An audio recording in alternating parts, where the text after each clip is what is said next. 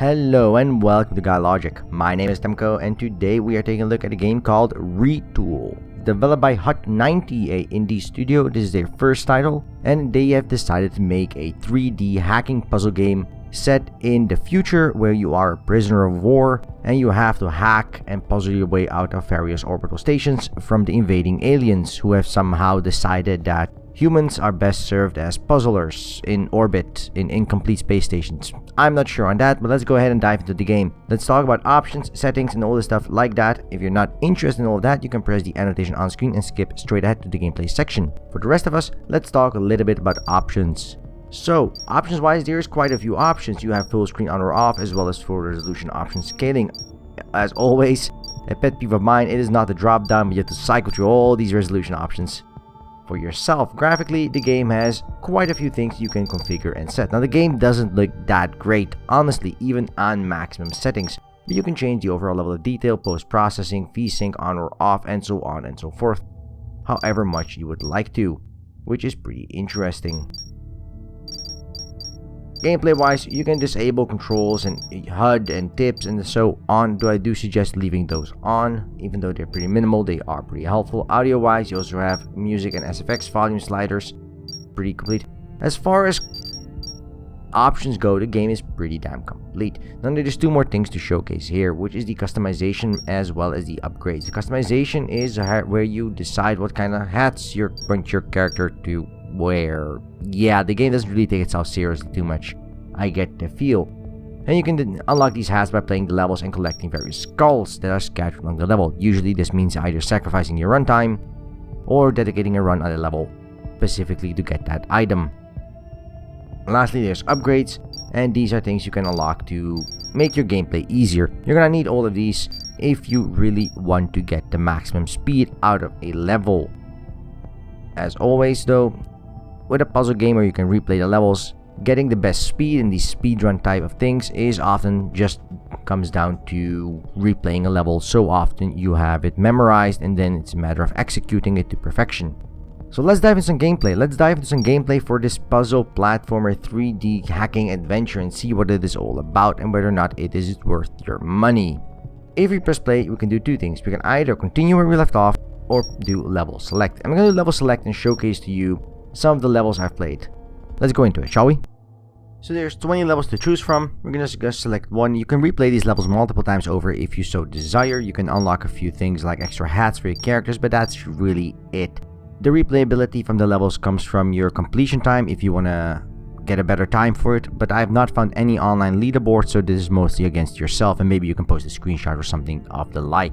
Each level has a few different objectives, such as killing an enemy or just speed racing through it, although all these levels boil down to solve the puzzles. Now, I would like to be positive about this game, but that's just not possible. I've re-recorded this segment 9 times so far, not to be so hypercritical, because I have yet to find a single redeeming quality of this title. Its tile set for its levels is repetitive, its animations are ridiculously bad, its sound and music assets are subpar, though the music is okay. The interaction sounds such as movement, combat, alarms, everything like that, it's just plain bad. And the game's main selling point, its main mechanic, the hacking mechanic, is just clunky. The UI doesn't work with it quite well. There's a lot of annoying little things, like you have to use one button to remove a binding, use a different button to set the binding, use a third button to reconfigure a bind. It's just so very clunky, and that is a damn shame.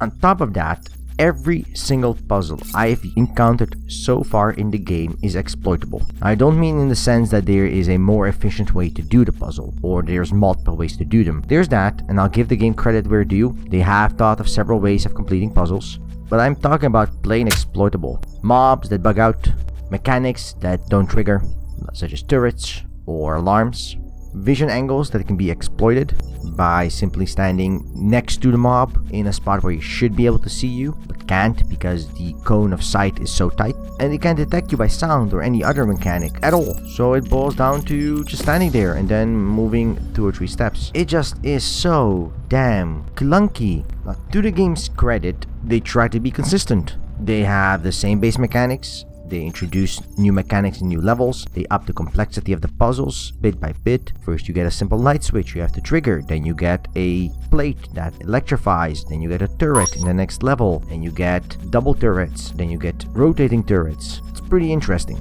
but all of it is so damn clunky.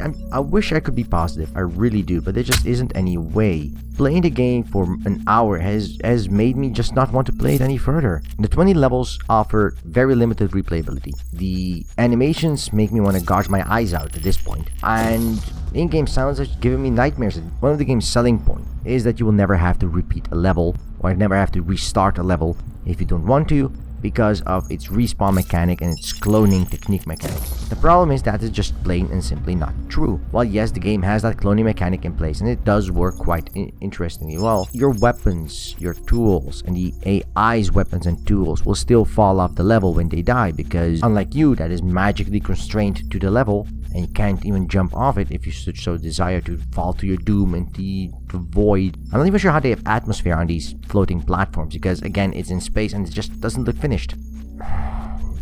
I have yet to find the redeeming quality for this title, and as such I just can't recommend it. Even games I absolutely hated, I could often say, well, it's not for me, or not my kind of game, and there's maybe a different game that can do it better. But there's always something that showcases that a game has been put together with love and attention, even if it's a programmer's first game or a developer's first title where they still have to learn the trade. And you can always notice a game has had a lot of love put into it and a lot of attention to certain things where the programmers and artists excel in. And here I have Retool, a game that does none of those things. It sounds clunky, feels clunky, it's exploitable, and the floating platforms just look silly in space because they're not finished. I wish there was something more to add, but there really isn't. If you somehow want to check the game out on Steam, you can, I guess.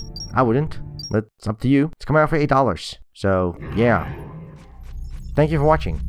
If you like this video, well, press the like button below. Didn't like this video? Well, there's a dislike button for exactly that. If you want to see more content, preferably not like this, then press the subscribe button and we will deliver. And until then, I wish you a good day. And until next time, right here on Guy Logic.